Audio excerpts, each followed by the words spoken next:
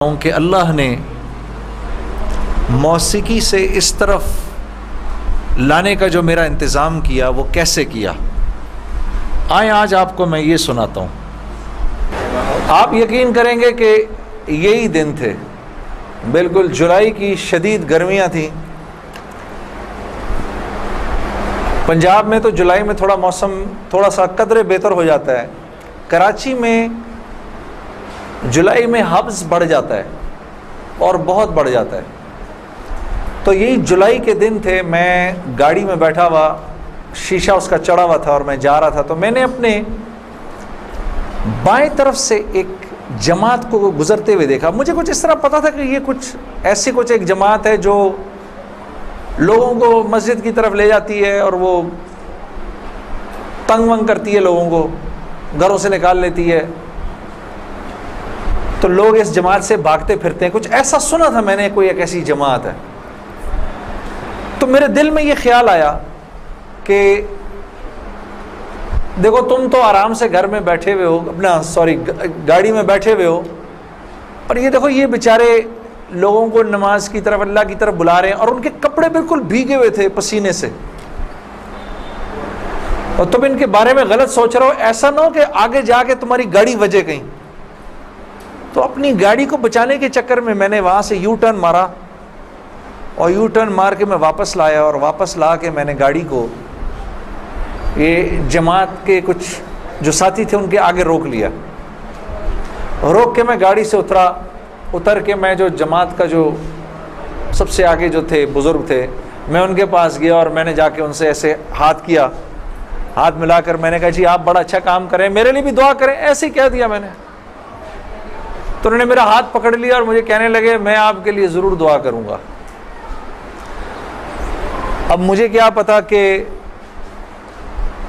گشت پر نکلا ہوا ہو کوئی، اور وہ گشت پہ نکلا ہوا آدمی دعا کرے، یہ کیسے ہو سکتا ہے؟ اللہ قبول نہ کرے۔ ہو سکتا ہے اس اللہ کے ولی نے میرے لیے دعا کر دی ہو۔ اب آپ لوگ اللہ کا نظام دیکھیں میری بہنوں اور میرے بھائیوں، بہت عجیب بات ہے۔ اس جماعت میں ایک جو لڑکے تھے ان میں سے ایک نے اپنی مسجد میں جا کر بتایا تمہیں پتہ ہے آج ہمیں روکا کس نے؟ تو انہوں نے کہا بھائی کس نے روکا؟ کہا وہ سنگر نہیں ہے جنید جمشید، اس نے آج، یہ لوگ مقامی گشت کر رہے تھے، اس نے گشت کے دوران ہمیں روک لیا، اس نے ہم سے ایسے کہا بھائی ہمارے لیے دعا کرنا۔ اور جس مسجد میں اس نے یہ بات کہی، اس مسجد میں ایک نمازی تھا جو تبلیغ میں لگ چکا تھا، وہ 16 سال پہلے میرے ساتھ اسکول پڑھتا تھا۔ اللہ کا نظام دیکھیں، 16 سال پہلے میرے ساتھ اسکول میں پڑھتا تھا، تبلیغ میں لگ چکا تھا۔ اس نے کہا کس نے روکا تمہیں؟ کہا وہ نہیں ہے، وہ سنگر جنید جمشید، اس نے روکا ہمیں۔ اس نے کہا اچھا میں ٹھیک ہے۔ اب میرے اس دوست نے مجھے ڈھونڈنا شروع کیا۔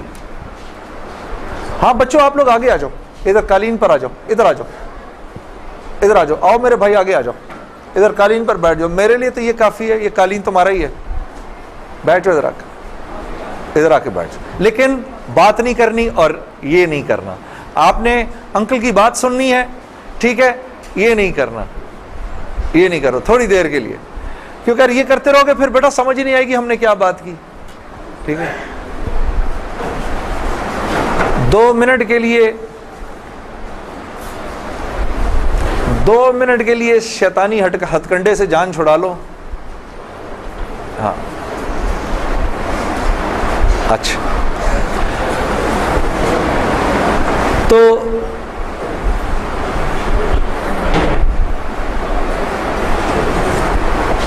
خیر میرے اس دوست نے مجھے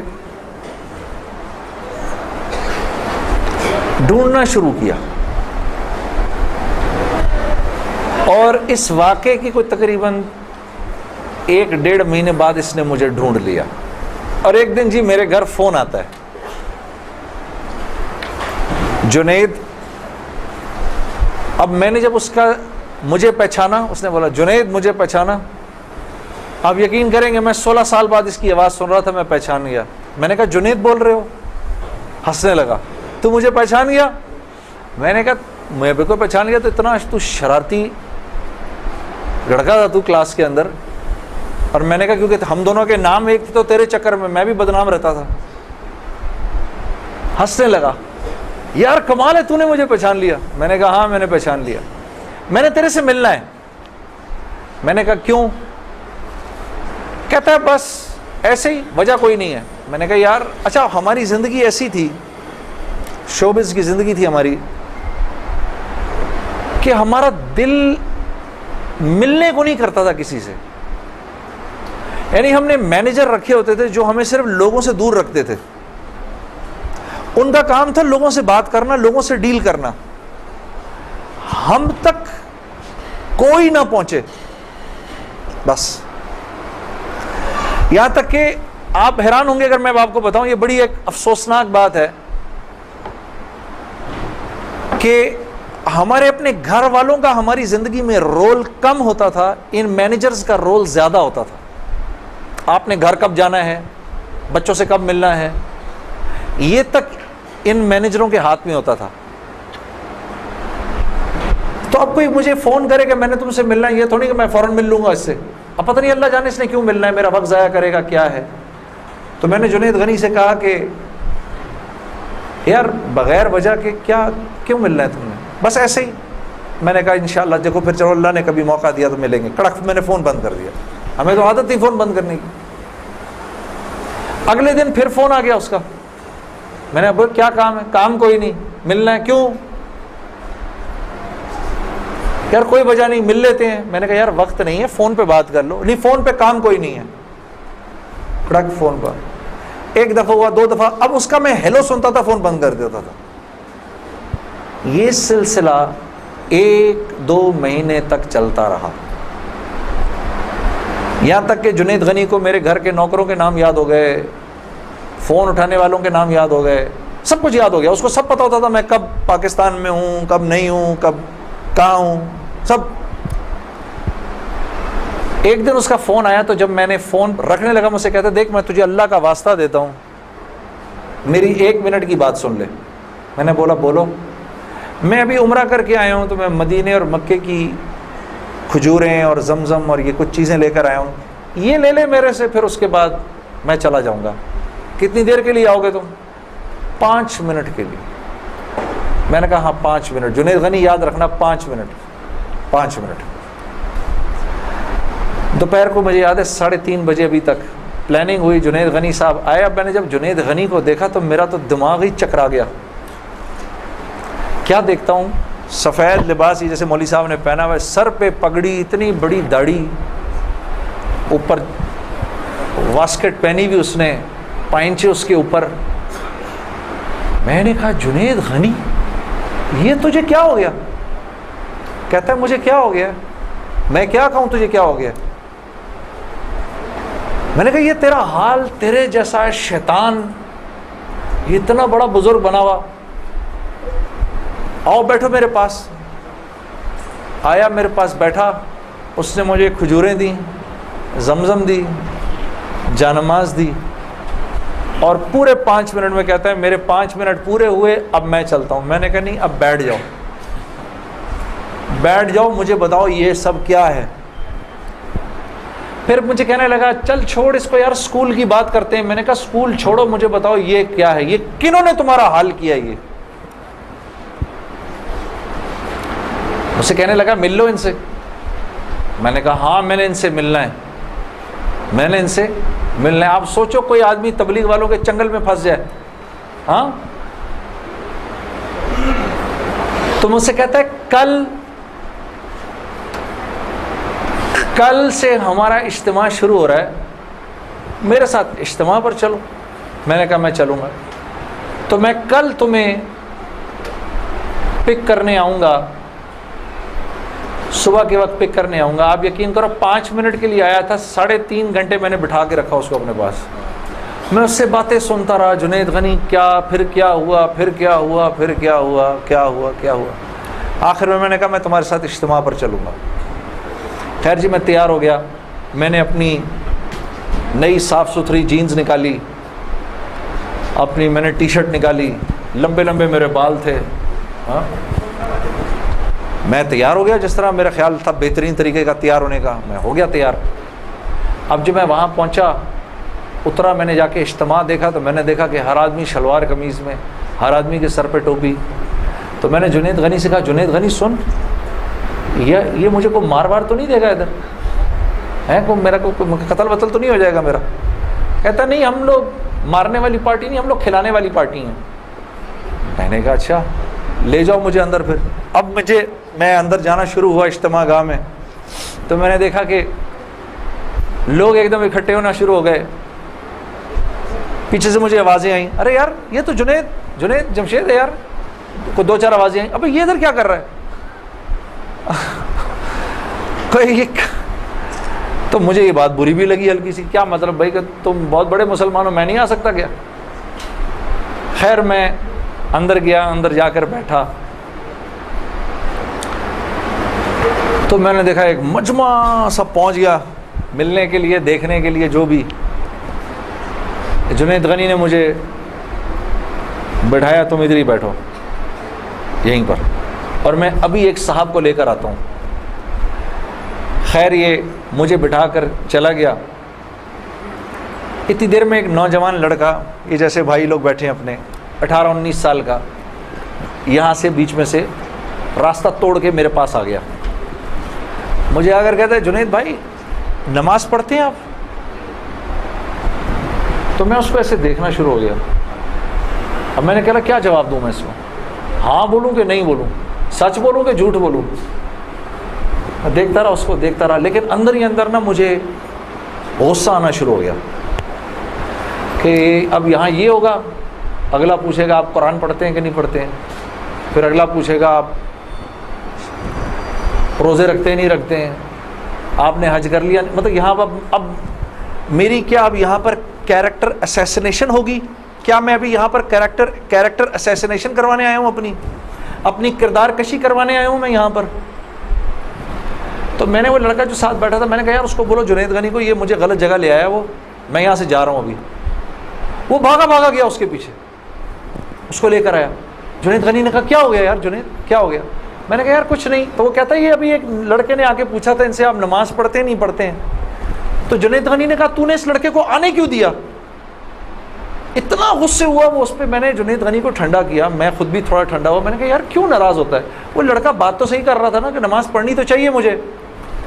تو اس نے جو جملہ بولا نا مجھے, وہ مجھے آج تک یاد ہے. جنید غنی نے جو جملہ بولا, اس نے کہا جنید ہم کیوں نہیں پوچھتے کہ تم نے کیوں نہیں کیا, ہم تو ترغیب دیتے ہیں, اس کے بعد اللہ سے دعا کرتے ہیں کہ اللہ وہ نیکی کرنے کی توفیق دے.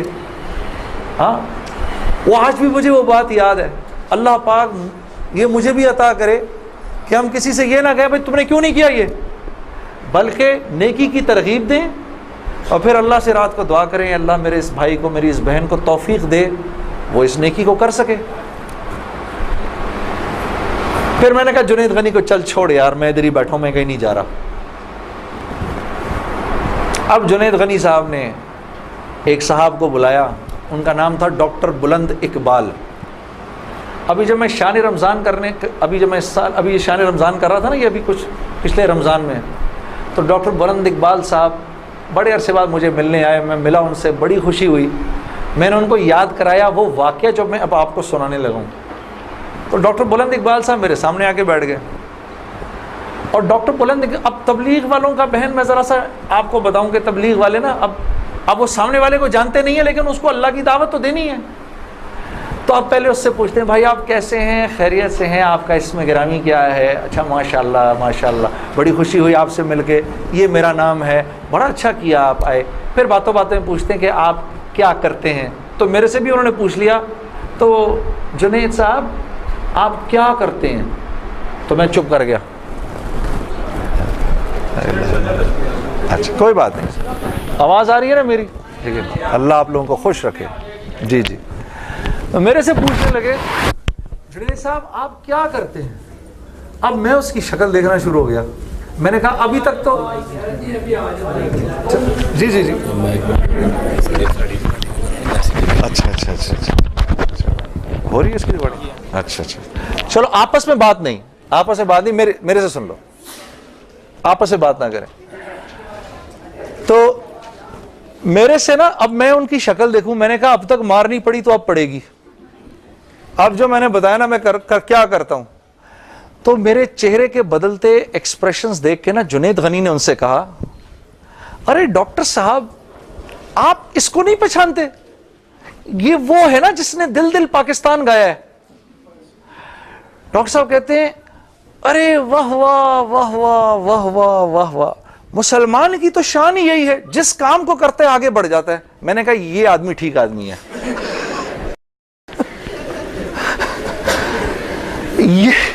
یہ بالکل ٹھیک آدمی ہے, اس سے کرو دوستی. تو بعد میں میں نے ڈاکٹر صاحب سے کہا, ڈاکٹر صاحب یہ جواب آپ کہاں سے لائے اتنا خوبصورت سا؟ تو مجھے کہنے لگے, یار میں نہ تجھے جانتا نہ مجھے یہ پتا دل دل پاکستان کیا. تو جب اس نے بولا نا کہ اس نے دل دل پاکستان گایا, تو میں نے کہا واہ واہ واہ واہ, اور میں دل میں دعا کروں, یا اللہ جلدی سے صحیح جواب میرے ذہن میں ڈال, جلدی سے صحیح بات ڈال میرے ذہن میں. تو میں نے فٹ کہہ دیا, اور یہ بات میرے دوستو ہے بھی سچ کہ مسلمان کی شان یہ ہے, مسلمان جس کام کو کرتا ہے نا, مسلمان اس کام میں آگے بڑھ جاتا ہے. ساری دنیا میں جن کاموں کو آپ برا کام سمجھتے ہیں نا کہ یہ برے کام ہیں, ان برے کاموں کو بھی اگر کبھی کسی مسلمان نے کیا نا, تو یقین کرو غیروں سے بھی زیادہ کیا. ہاں یقین کرو, مسلمان ایک عجیب امت ہے, ہم سے بہتر کوئی نہیں. کنتم خیر امہ, بس یہ ہر لائن سے بہترین امت ہے. جس کو اللہ ہی کہہ دے تم بہترین ہو, تو پھر ہمیں دوسروں سے پوچھنے کی کیا ضرورت ہے کہ ہم اچھے ہیں کہ برے ہیں. ہاں, اب میں پورا دن ڈاکٹر بلند اقبال صاحب کے ساتھ پھرتا رہا, اور جب دن کا آخر آیا تو جنید غنی نے مجھے کہا کہ چل میں تجھے اب گھر چھوڑ دوں. میں نے کہا گھر تو مجھے چھوڑ دو, لیکن یہ بسترے کیا ہیں, یہ جو بسترے لگے ہوئے ہیں؟ کہا یہ رات کو لوگ یہاں سوئیں گے. میں نے کہا اور یہ جو بزرگ حضرات ہیں, یہ بھی ادھر ہی سوئیں گے. میں نے کہا یار میں تو ان سے زیادہ فٹ آدمی ہوں, اگر یہ بوڑھے لوگ ادھر سو سکتے ہیں تو میں بھی سو سکتا ہوں. تو اس نے کہا یار نور اللہ نور, تیرے لیے بھی بسترا لگا دیتے ہیں.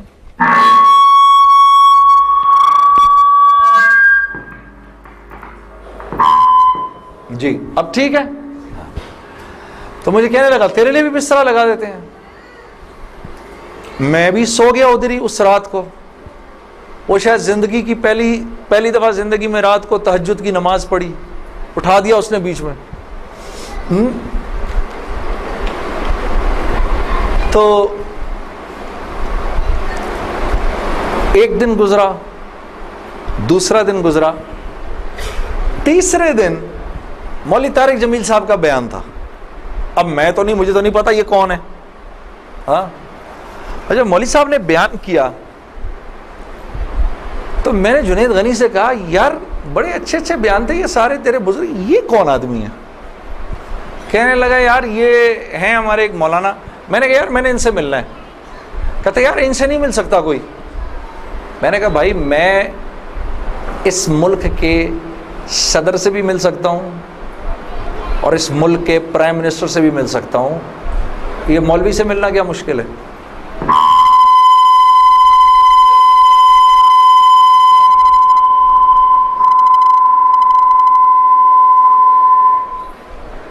اب ٹھیک ہے, ٹھیک بہترین. تھوڑا سا اس کا گین تھوڑا کم کر دو. ٹھیک ہے, ان میں سے زیادہ تر لوگوں کو نہیں پتا کہ اس مائک سے میرا تعلق جو ہے وہ ان ساروں کی عمروں سے بھی پرانا ہے. اچھا اب ٹھیک ہے, اب ٹھیک. آپ لوگوں کو پیچھے آواز آ رہی ہے؟ بس. تو خیر میں نے اس کو کہا مجھے ملنا ہے, ہر صورت میں ملنا ہے. کہنے لگا یار کس طرح کریں گے, چل میں تجھے لے کے چلتا ہوں.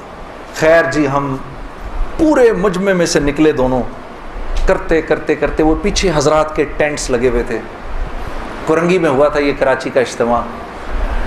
میں اور یہ بات کر رہا ہوں 1997 سپٹمبر 1997 3rd of سپٹمبر مجھے ابھی تک یاد ہے, میری سالگرہ تھی 3rd سپٹمبر 1997. عمر بھی بتا دوں میری کیا ہو گئی تھی, معلوم ہے سب آپ کو, سب کو پتہ چلے گا. 50 سال کا تو ہو ہی گیا ہوں نا میں. اب کیا ڈرنا, جو 50 سال کا بندہ ہو جائے وہ کیا عمر چھپایا اپنے. خیر, تو میں جب ادھر پہنچا تو وہاں پر ایک لڑکا ایسے ڈنڈا لے کر کھڑا ہوا مولوی صاحب کے کمرے کے باہر. تو مجھے دیکھ کر وہ مسکرانے لگا, جنید بھائی آپ ادھر کیا کر رہے ہیں؟ اب مجھے 3 دن تو گزر گئے تھے. میں نے کہا کیوں بھائی, میں کیوں نہیں آ سکتا ادھر, تو بڑا مسلمان ہے میرے سے. ہنسنے لگا, نہیں نہیں نہیں, وہ میں نہیں کہہ رہا, میں آپ کو دیکھ کے تھوڑا حیران ہو گیا, کیا کام ہے؟ میں آپ کا بڑا فین ہوں. میں نے کہا اچھا. تو میں نے کہا کہ مجھے یہ جو تھے نا مولانا طارق جمیل, ان سے ملنا ہے. کہ یار جنید بھائی ان سے تو ملنے کی کسی کو اجازت نہیں ہے. میں نے کہا تم جا کر بتاؤ تو صحیح کہ میں نے ملنا ہے. اچھا میں کچھ کرتا ہوں. خیر وہ اندر گیا, اس نے اندر جا کر کہا کہ آپ آئیں اندر. تو میرا دوست جنید غنی مجھے لے گیا. آپ یقین کرو میں نے مولوی طارق جمیل صاحب کو زندگی میں کبھی اکیلے بیٹھے نہیں دیکھا. وہ اللہ نے شاید اس دن ملوانا تھا یا بات کروانی تھی, اکیلے بیٹھے ہوئے تھے خیمے میں اپنے. جنید غنی نے جا کر اندر کہا مولانا میرا ایک دوست ہے جنید جمشید, وہ آپ سے ملنا چاہتا ہے. مولانا نے کہا کون جنید جمشید؟ میں باہر کھڑا حیران ہو گیا, ان کو کیسے پتا میں کون ہوں؟ اندر بھیجو اس کو, اندر بھیجو. مجھے بلایا اندر اور جنید غنی کو کہا تم باہر جاؤ, تم باہر انتظار کرو. وہ باہر چلا گیا. یہ نوجوان جیسے بیٹھا ہے ایسے جا کے میں مولوی صاحب کے سامنے بیٹھ گیا, اور مجھے ایسے تیز نظروں سے انہوں نے دیکھنا شروع کر دیا. میں نے کہا آپ مجھے ایسے کیوں دیکھ رہے ہیں؟ کہتے ہیں میں تجھے نہیں دیکھ رہا, میں تو اللہ کی شان دیکھ رہا ہوں. میں نے کہا جی کیا مطلب؟ کہا تیرے بڑے بڑے بورڈ لگے ہیں فیصل آباد کے اندر, بڑے بڑے بورڈ لگے ہیں. میں اکثر ان بورڈز کو دیکھ کر کہتا تھا, مجھے بعد میں مولانا نے بتایا, میں ان کو بورڈز کو دیکھ کر کہتا تھا ہر ایک کو ہدایت مل سکتی ہے, اس کو نہیں مل سکتی. ہاں آج میں جب ادھر ایئرپورٹ آ رہا تھا تو ایئرپورٹ پہ تیرا بڑا سا بورڈ لگا ہوا تھا, ایسے ہی میرے دل میں آئی یا اللہ کیا یہ نہیں ہو سکتا کہ اس سے میری ملاقات ہو جائے, اور تو میرے سامنے بیٹھا ہے, میں اللہ کی شان دیکھ رہا ہوں. تو میں نے کہا اچھا.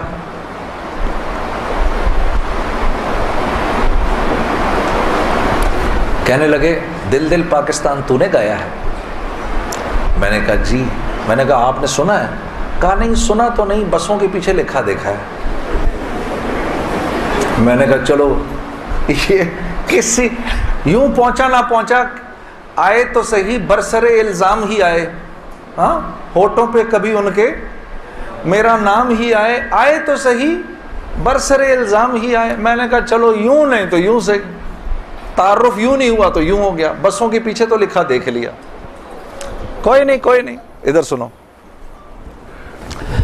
اور یہ ہمارے ملک کی سوغات ہے, اس پہ گھبرانا نہیں چاہیے یار. یہ ایسے ہو جاتے ہیں ہائے یہ کیا, ارے یار کیا ہو گیا, بجلی چلی گئی نا, آ گئی. یہ تو ہمارے ملک کی سوغات ہے, اس پہ گھبرانا نہیں چاہیے. ہاں اس پہ اس لیے نہیں گھبراؤ, آپ نہیں گھبراؤ گے نا تو غیر بھی نہیں گھبرائیں گے. جب آپ گھبرا جاتے تو غیر بھی کہتے ہیں ہاں یار کوئی عجیب سی بات ہو گئی ہے. تو ہاں ان کو بھی بولو یوز ٹو ہو جاؤ بھائی, ہم لوگ مل بانٹ کے کھانے والے ہیں, کبھی آپ کے گھر نہیں تو کبھی ان کے گھر نہیں. ہاں کبھی میرے گھر تو کبھی آپ کے گھر, تو اس پہ گھبرانا نہیں چاہیے. خیر تو میں نے مولوی صاحب سے کہا مولانا میرا ایک سوال ہے, ایک پاکستانی نوجوان میری عمر کا جس نام شہرت کا تصور بھی نہیں کر سکتا، وہ سب کا سب میرے پاس موجود ہے، لیکن میں اندر سے خالی ہوں۔ لوگ اس بات کو نہیں جانتے، لوگ سمجھتے ہیں کہ میں بہت خوش ہوں، لیکن میں اندر سے بہت پریشان ہوں، بہت اضطراب ہے، اور اس کی وجہ مجھے سمجھ نہیں آتی۔ فرمانے لگے تیرا مسئلہ یہ ہے کہ تجھے چوٹ لگی ہے سیدھے گھٹنے پر اور تو مرم لگا رہا ہے الٹے گھٹنے پر۔ میں نے کہا جی وہ کیسے؟ فرمانے لگے دیکھو اللہ نے انسان کو دو چیزوں سے بنایا ہے، ایک مٹی سے بنایا ہے، ایک جسم سے بنایا ہے جو کہ مٹی کا بنا ہوا ہے، اور ایک روح ہے جو اللہ کا امر ہے، ٹھیک؟ تو جسم کیونکہ مٹی کا ہے اس لیے اللہ نے اس کی ہر ضرورت کو مٹی میں رکھا ہے۔ جو کھانا ہم کھاتے ہیں، جو کپڑے ہم پہنتے ہیں، جو پانی ہم پیتے ہیں، جن گھروں میں ہم رہتے ہیں، جو چیزیں ہم استعمال کرتے ہیں، یہ سب جسم کی ضرورت کی چیزیں ہیں، اور کیونکہ جسم مٹی کا ہے تو اللہ نے ان تمام ضرورتوں کو مٹی میں رکھا ہے۔ روح اللہ کا امر ہے، یہ آسمانوں سے آئی ہے تو اس کی خوراک بھی آسمانوں پر ہے، زمین میں نہیں ہے۔ پھر فرمانے لگے اگر میں تم کو سونے کے ایک محل میں بند کر دوں اور 4 دن کھانے کو نہ دوں تم کیا کرو گے؟ میں نے کہا ظاہر سی بات ہے میں چیخوں گا کہ مجھے کچھ کھانے کو دو۔ کہا بس یہی حال تیری روح کا ہے کہ تیرا جسم اچھے اچھے کپڑے پہنتا ہے، بڑی بڑی گاڑیاں چلاتا ہے، اچھے اچھے محلوں میں رہتا ہے، اور تو اپنے آپ کو سیٹسفائی کرنا چاہتا ہے، لیکن اندر تیری روح جو ہے وہ بھوکی ہو کے جب چیختی ہے تو تیرے سر میں درد ہوتا ہے، تو اس روح کی بھوک کا بھی تو علاج کر۔ تو میں نے کہا اس کی خوراک کہاں ہے؟ کہا یہ آسمانوں سے آئی ہے تو اس کی خوراک بھی آسمانوں پر ہے، زمین میں نہیں ہے۔ اور دل کے سکون، چین اور اطمینان کا تعلق اس مٹی کے بنے ہوئے جسم سے نہیں ہے بلکہ اس آسمان سے آئی ہوئی روح سے ہے۔ تو میں نے کہا اس کی غذا کیا ہے؟ فرمانے لگے اس کی غذا اللہ کا کلام ہے، اللہ کے حکم ہے، اس کی غذا نبی کی زندگی ہے، نبی کے طریقے ہیں، نبی کی سنت ہے۔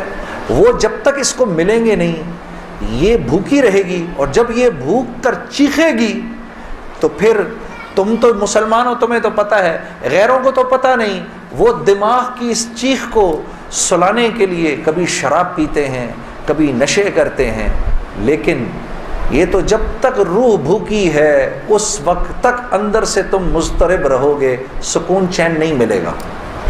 اور پھر قرآن کی وہ آیت پڑھی مجھے آج بھی یاد ہے، الا بذکر اللہ تطمئن القلوب، کہ اللہ پاک چیلنج دے رہے ہیں سب کو کہ اگر دل کا سکون، چین اور اطمینان چاہیے میرے بندو، مالداروں، حکومت والوں، دولت والوں، شہرت والوں، اگر تمہیں دل کا سکون، چین، اطمینان چاہیے تو تمہیں مجھ سے تعلق بنانا پڑے گا، مجھ سے یاری لگانی پڑے گی۔ مولانا کی یہ بات سن کر میں تو پہلے ہی پریشان تھا، 3 دن سے بیان سن رہا تھا، میں تو دھاڑے مار کے رونا شروع ہو گیا، روتا رہا بڑے دیر تک۔ پھر جب مجھے تھوڑا سا چین آیا تو میں نے کہا مولوی صاحب اس کا مطلب کیا ہے، میری پوری زندگی برباد ہو گئی؟ تو فرمایا نہیں، بالکل بھی نہیں، کہ یہ معاملہ تم دنیا والوں سے تھوڑی کر رہے ہو، یہ معاملہ تم تو اللہ سے کر رہے ہو۔ اور اللہ کے ہاں معاملہ کیا ہے؟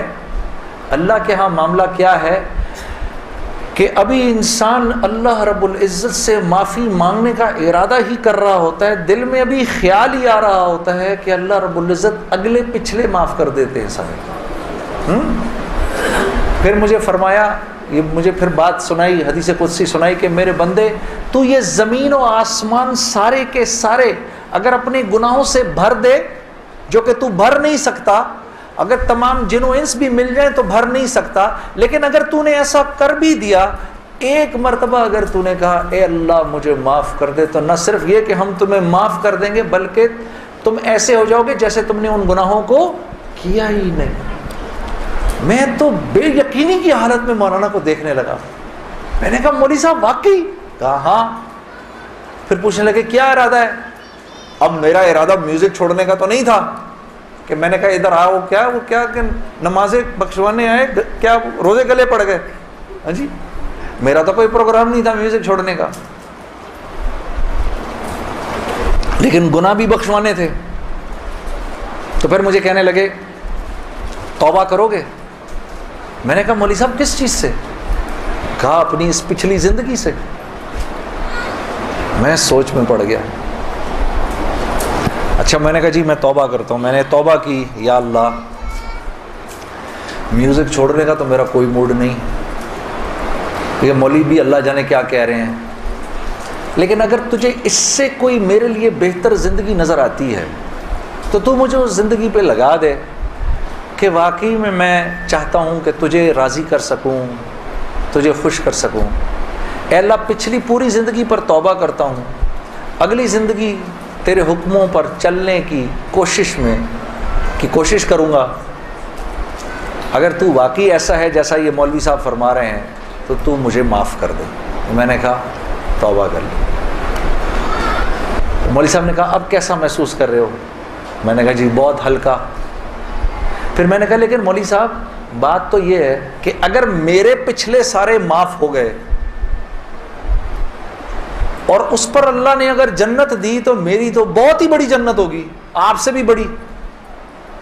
تو فرمانے لگے نہیں بیٹا اتنی جلدی نہ کرو، تمہیں وصول تو ہم ہی نے کیا ہے، جو تجھے ملے گا اس سے تو بڑا ہمیں ملے گا ہی ملے گا۔ ہاں لیکن میں نے کہا مولوی صاحب، اور بہنیں اس بات کی تصدیق کریں گی، موسیقی تو روح کی غذا ہے کہ نہیں؟ ہاں یہ سیالکوٹ کی خواتین یقین کرو پورے ملک کی پہلی بہنیں ہیں جو کہہ رہی ہیں نہیں، ورنہ اگر کسی نے نہیں بولا تو چپ ضرور رہی ہیں، سارے مردوں نے بولا ہے موسیقی روح کی غذا نہیں ہے۔ موسیقی روح کی غذا ہے جی؟ یہ دیکھو اب آواز آئی ہے، اب ایسا لگ رہا ہے کوئی بیٹھ کے سن رہا ہے جی۔ موسیقی روح کی غذا ہے جی؟ شاباش، اللہ آپ لوگوں کو اس پر چلا دے۔ اللہ رب العزت آپ کے موبائلوں میں جتنے بھی گانے ہیں سب اڑا دے اسی وقت، گھروں میں جتنی کیسٹیں ہیں سب ٹوٹ جائیں، اللہ کرے ساری سیڈیاں ٹوٹ جائیں، اللہ پاک ایسے کرے گانے کی آواز ہی نہ سننے کو ملے آج کے بعد آپ میں سے کسی کو۔ یہ سوچ لو آمین قبول ہو جائے گا، اب سوچ کے بولنا آمین۔ تو مولوی صاحب نے مجھے کہا کہ نہیں، موسیقی روح کی غذا نہیں ہے، موسیقی نفس کی غذا ہے۔ موسیقی کس کی غذا ہے؟ نفس کی۔ یہ واقعی نفس کی غذا ہے، اور یہ ایسا زہر ہے، ایسا زہر ہے، یہ جب اندر جاتا ہے تو پتہ ہی نہیں چلتا کہ نقصان کتنا کر گیا ہے۔ ٹرائی نہ کرنا، لیکن آپ کہیں جا کر اللہ کی بات سنیں، اس کے بعد جا کر 5 منٹ کا گانا سنیں، ساری صفائی ہو جائے گی، سب اندر ساری صفائی ہو جائے گی۔ میں یہ نہیں کہ بعد میں مجھ سے لوگ پوچھتے ہیں حلال ہے حرام ہے، اس کے لیے تو یہ مولوی بیٹھے ہوئے ہیں نا، ان سے پوچھو۔ میں آپ کو وہ بتا رہا ہوں جو ہوتا ہے، میں آپ کو وہ بتا رہا ہوں جو ہوتا ہے، کہ یہ انسان کو بے باک کر دیتی ہے۔ مجھ سے کسی نے پوچھا بھائی اپنے ملک کے لیے گانا، میں کبھی اپنے ملک کے لیے گانا وہ ایک اور چیز ہے، میں ان گانوں کی بات کر رہا ہوں جن کو عام طور پہ لوگ سن رہے ہوتے ہیں بازاروں میں، ہاں، اور پھر کہتے ہیں اس کے سننے میں کیا ہے۔ ارے یار میں کیا بتاؤں آپ کو کیا ہے، خدا کی قسم اگر وہ زندگی اس زندگی سے بہتر ہوتی مجھے کیا تکلیف تھی۔ مجھے ایک ساتھی کہنے لگا اب تو آپ کے لیے اس زندگی کی طرف جانا بڑا مشکل ہے۔ میں نے کہا کوئی مشکل نہیں، گلا تو وہیں کا وہیں ہے، گا سکتے ہیں، لیکن اب اس زندگی کی طرف جانے سے بہتر لگتا ہے کہ میں آگ میں چھلانگ مار دوں، کہ وہ اس قدر خطرناک زندگی، وہ اتنی ایک، یقین کرو پوری، صرف گانا نہیں ہوتا، وہ ایک پوری زندگی ہے، وہ ایک پوری زندگی کا نام، جیسے یہ ایک پوری زندگی کا نام ہے نا، صرف دعوت کے 2 بول نہیں ہیں۔ ہاں میرے دوست مجھ سے لڑتے تھے، یار تو ادھر گانا گا ادھر جا کے اذان دے دے۔ ارے میں نے کہا نہیں ہوتا، ایسے نہیں ہوتا بھائی، گانا گانے والے کو تو اذان کی آواز سے نعوذ باللہ نعوذ باللہ نعوذ باللہ کراہیت آتی ہے، کراہیت آتی ہے۔ مجھے یاد ہے ہم کانسرٹ کر رہے ہوتے تھے اور مغرب کی اذان اگر ہوتی تھی یقین کرو وہ، کیونکہ وہ تو دعوت کے بول ہیں نا، ادھر تو ایک غلط کام ہو رہا ہے نا، وہ تو دعوت کے بول ہیں. وہ دعوت کے بول جب ہمیں سنائی دیتے تھے تو وہ ہمارے سینے کو پھاڑ کے نکل جاتے تھے. ایسے تھوڑی ہوتا ہے. یہ کوئی کھیل مذاق ہے کیا؟ یا یہ کوئی ٹی وی کا پروگرام ہے کہ جس میں ایکٹنگ ہو رہی ہے کہ نہیں بھئی ادھر جا کر اذان دے دی، ادھر جا کے گانا گا دی، ادھر جا کے اذان دے دی. ایسے نہیں ہوتا. اور پھر اللہ کے نیکی کے کام کرنے کی تو اللہ کی طرف سے توفیق ملتی ہے میرے دوست.